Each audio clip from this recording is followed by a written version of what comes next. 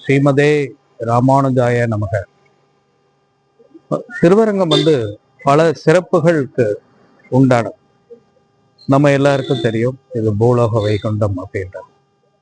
ஸ்ரீவில்லிபுத்தூர் ஆண்டாள் ஸ்ரீரங்கநாதர் மேல எந்த அளவுக்கு அன்பு கொண்டிருந்தாங்க அப்படின்றது நம்ம எல்லாருமே தெரிஞ்சதுதான். ஆண்டாள் இந்த பேரை கேட்கும் போதே நமக்கு ஸ்ரீவில்லிபுத்தூர் மட்டும்தான் ஞாபகம் வரும். இப்ப நம்ம ஸ்ரீரங்கத்துல பார்த்துட்டு இருக்கிறது அருள்மிகு வெளியாண்டாள் திருக்கோவில். இந்த வெளியாண்டாள் திருக்கோவிலுக்கு ஒரு சிறப்பு என்ன அப்படின்னா, கோதை நாச்சியார் பெரியாழ்வாரோட ஸ்ரீரங்கநாதரை பார்க்கறதுக்கு வராங்க.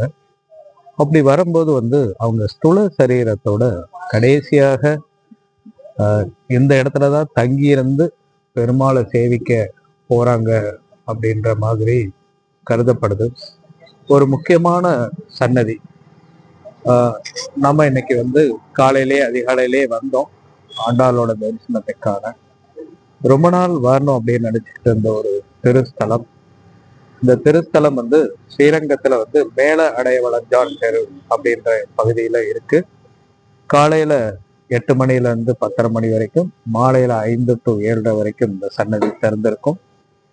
மேல அடையவளஞ்சான் தெரு அப்படின்னு கேட்டா எல்லாருமே சொல்லிடுவாங்க. இங்க வந்தோம் அப்படின்னா நம்ம ஆண்டாளை தரிசிக்கலாம்.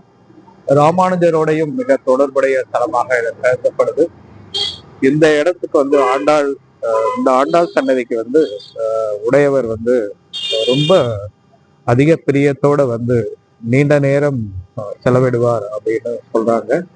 அதனாலதான் ராமானுஜருக்கு திருப்பாவை ஜீயர் அப்படின்ற நாமமும் இருக்குது. அவசியம் ஸ்ரீரங்கம் வந்தீங்க அப்படின்னா இந்த வெளியாண்டாள் சன்னதியை தரிசனம் பண்ணுங்க.